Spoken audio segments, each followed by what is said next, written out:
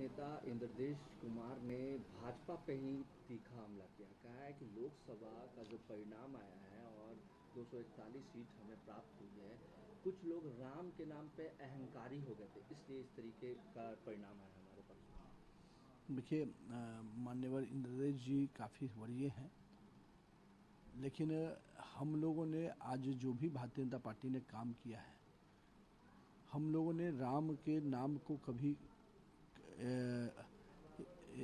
राजनीतिक विषय से नहीं जोड़ा है।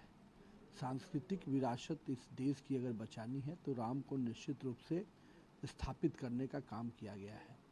और मेरा ये मानना है कि अब उनका संदर्भ क्या है मैं उस पर कोई टिप्पणी नहीं कर सकता, लेकिन इतना ज़रूर है हम लोगों ने सांस्कृतिक विरासत को स्थापित किया है। लोकसभा अध्यक्ष पद को लेकर अब विपक्ष ने जेडीयू और टीडीपी को कहा है कि आप अध्यक्ष पद की मांग करें ताकि लोकतंत्र और संविधान पर किसी भी तरीके का कोई खतरा न हो। किसने कहा है? विपक्ष के द्वारा ये मांग की गई है। विपक्ष पहले अपना चिंता करे, हमारे लोकसभा अध्यक्ष कौन होंगे, किनको बनाना है। ये एनडीए गठबंधन, आपको इतनी बेचैनी है तो आप भी एनडीए में आ जाइए ना, आइए आपके साथ भी डिस्कशन कर लेंगे। हमारे घर में क्या डिस्कशन होगा, हमारे घर में क्या खाना बनेगा, इसकी चिंता क्यों कर रहे हैं? अपने घर में संभल नहीं रहा, अपना परिवार संभल नहीं रहा, सिंगल डिजिट पे खेल रहे हैं और कुछ डबल डिजिट पे हैं, और वो आज बड़ी बड़ी बयान भी कर रहे हैं। जितनी सीटें भाजपा का आई उतना इंडिया अलायंस को मिला के भी नहीं आई हैं।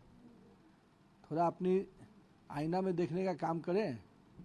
और ये जो मेरे घर के अंदर सुझाव देने की जो आदत, बगला झांकने की आदत है, ये आदत से बाज आइए, अपना घर संभालिए, पहले तो वो संभल जाए, वही काफ़ी है।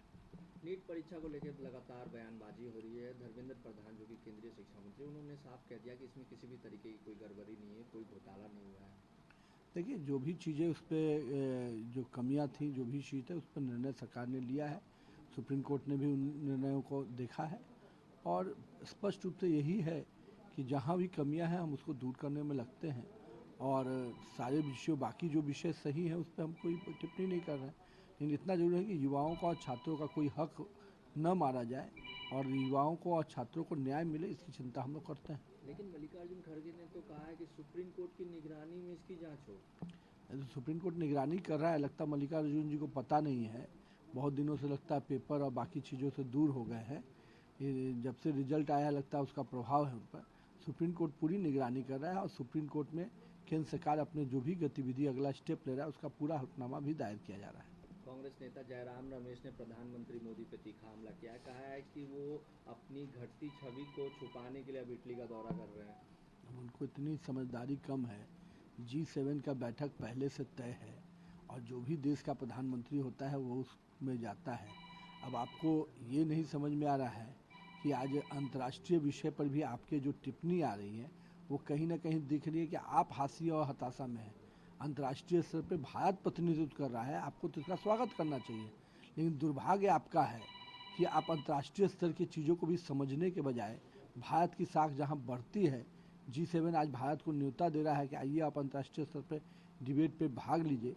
ये तो हमारे भारत का गर्व का बात है, लेकिन इसमें भी आपको अपमानित हो रहे हैं। कहीं ना कहीं आप देश को अपमानित करते हैं। अग्निवीर योजना को लेकर प्रधानमंत्री मोदी ने 17-18 तारीख को बैठक बुलाई है और इस पर समीक्षा की बात भी हुई है। जेडीयू लगातार मांग भी कर रही है। देखिए, अब ये बैठक किस कारण कौन बुलाया है, नहीं बुलाया, इसकी पूरी जानकारी नहीं है और ऐसे किसी विषय पर कोई टिप्पणी की किस विषय पर बैठक बुलाई, इसका कोई आधार नहीं होता है। क्या लगता है अग्निवीर योजना में कुछ देखिए, परिवर्तन मेरे होना में चाहिए? अब ये हमारे लगने आपके लगने से नहीं ना, बेसिक इसमें विषय ये है, जो भी विषय हम लोगों ने स्टैंड लिया उस पर बातचीत होती है। कहीं कोई भी चीज़ें रहती हैं उस पर हमेशा समीक्षा का गुंजाइश होता है, लेकिन आज देश के युवाओं को एक मौका मिला है उसके माध्यम से, तो जिनको इसमें कोई दखलंदाजी है उनकी चिंता हो सकती है। हमारी स्पष्ट है कि जब भी हम कोई भी काम करते हैं अगर उसमें सुधार की आवश्यकता होती है तो हम बड़े हृदय से उसका काम करते हैं। बिहार में लॉ एंड ऑर्डर इन दिनों गड़बड़ा गया। छपरा में लगातार खूनी खेल देखने को मिल रहा है। देखिए, जो लोग जंगल राज लाना चाहते हैं उन पर कड़ी कार्रवाई की जा रही है और पहले भी किया गया है। जंगल राज और एथी का विषय समझने वाली बात यह है कि ये हमेशा चाहिए कि जो लोग अपराधियों को पनाहगार बनाते हैं, अपराधियों को सुरक्षा देते हैं, अपराधियों को कहीं ना कहीं बचाने का प्रयास करते हैं, वो जंगल राज का परिचायक है। हमारी सरकार में स्पष्ट रूप से अगर अपराधी ने अपराध किया है तो उसको जेल में ही जाना पड़ेगा, ये हमारा अपना स्टैंड रहता है।